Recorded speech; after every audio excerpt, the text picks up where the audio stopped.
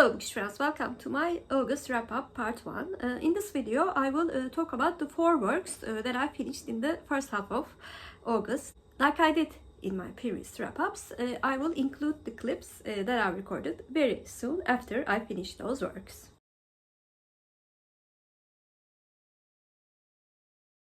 Today is the 6th of August and I finished the first book of the month, which was Secrets of a Summer Night by Kleypas. The first book in All Flowers series. I was reading this book with Amy at Zodiac. This series follows a group of young women who are excluded from the society because of different reasons. In the beginning of this book, they form a friendship and decide to focus on the girls according to their age and make sure that they are married by the end of the season. Annabelle, the main female character of this book, is the oldest friend. Because she is poor, she does not have any dowry, which makes her unattractive to the English society. And with the help of her friends, she decides to catch the attention of mild-mannered, eligible bachelor. There is a persistent admirer, Simon Hunt, whom she does not like but feels very much attracted. Both Amy and I did not like this book at all. And if I wasn't reading the book with her and really enjoying the messages that we sent back and forth about how much we disliked the book, I probably would have DNF'd this book. The first 2 sections in which the friendship of the girls are described was decent. However, after that point, with the beginning of the romance plot, my enjoyment level started to fall down. All throughout the book, I felt like I had read similar things, but the previous books that I read were certainly much better than this one. And it was very interesting that the main couple got together at, I think, 75% mark.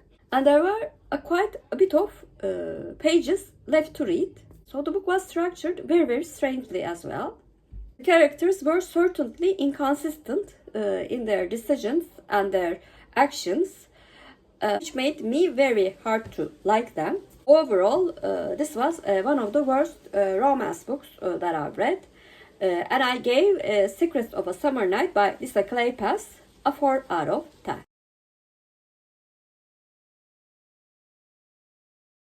Today is the 9th of August and I finished the short story collection that I was reading for Agatha for Alice project, hosted by Emily at Novel Novels, The Underdog and Other Stories. Although this short story collection was published in 1951, all of the short stories were published in Agatha Christie's other short story collection.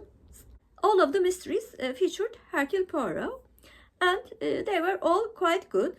But I liked the titular short story, The Underdog, and also the Cornish mystery the most. They were quite exciting and the mysteries were a bit more interesting than the other ones. So overall, I gave The Underdog and Other Stories by Agatha Christie a 7 out of 10.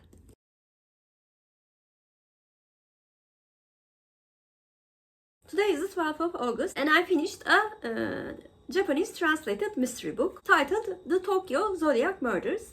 In this book, an eccentric artist is found brutally murdered in a room locked from the inside.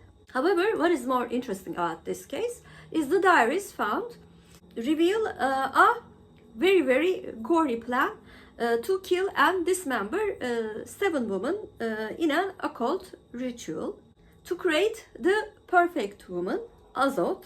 Shortly after his death, this artist's serial murder plan is carried out as if he killed those women from his grave. And as the time passes, these murders are called Tokyo Zodiac Murders and becomes the obsession of true crime enthusiasts. One of our heroes, astrologer and amateur detective Kyosho Mitari, decides to solve these notorious crimes. This book was unlike any other book that I read so far this year.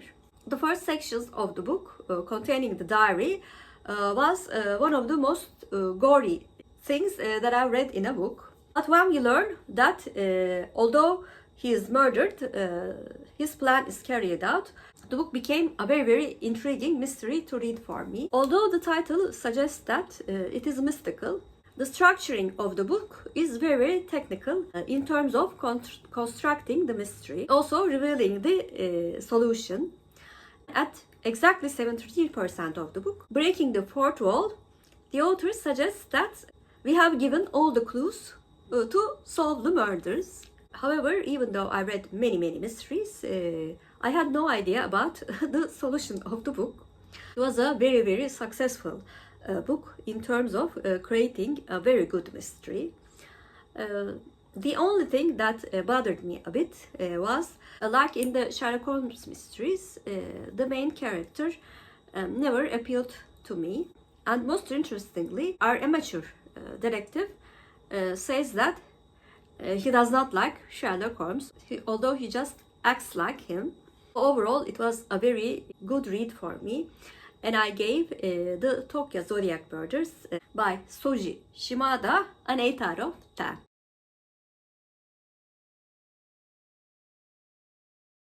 Today is the 14th of August, and I finished a graphic novella that I was reading for Garb August. Stranger Things, Erica the Great, written by Danny Lore and Greg Park, and illustrated by Valeria, Favoccia, Dan Jackson, and Nate Piekos.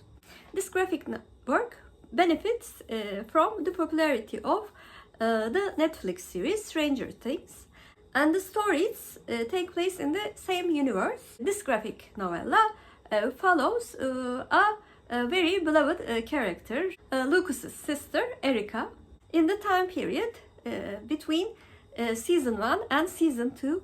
Erica, like Lucas and his friends, is a big fan of Dungeons and Dragons and also a very good player.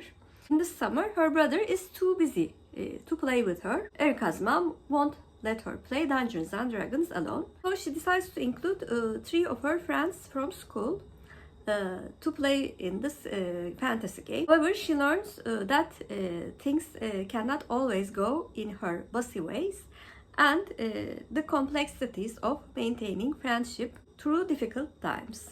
This graphic novella actually surprised me a bit. Although the intention is clearly to make more money of a very successful TV series franchise, it has very important and significant messages for the middle grade audience. And I especially like the message that in order to develop good friendships, you have to be with that person through difficulties, and also maybe be involved in a situation where you have to do things that you dislike. And I also admired both the illustration style, which I liked very, very much, and also how the plot could develop so well in so few pages.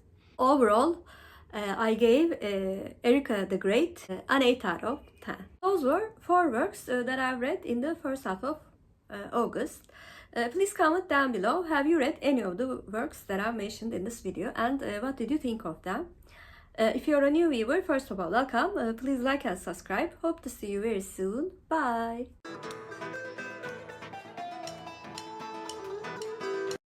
As for Turkish word of the day, I'm going to choose dungeon. Dungeon means zindan in Turkish, and zindan is our Turkish word of the day. Have a good day.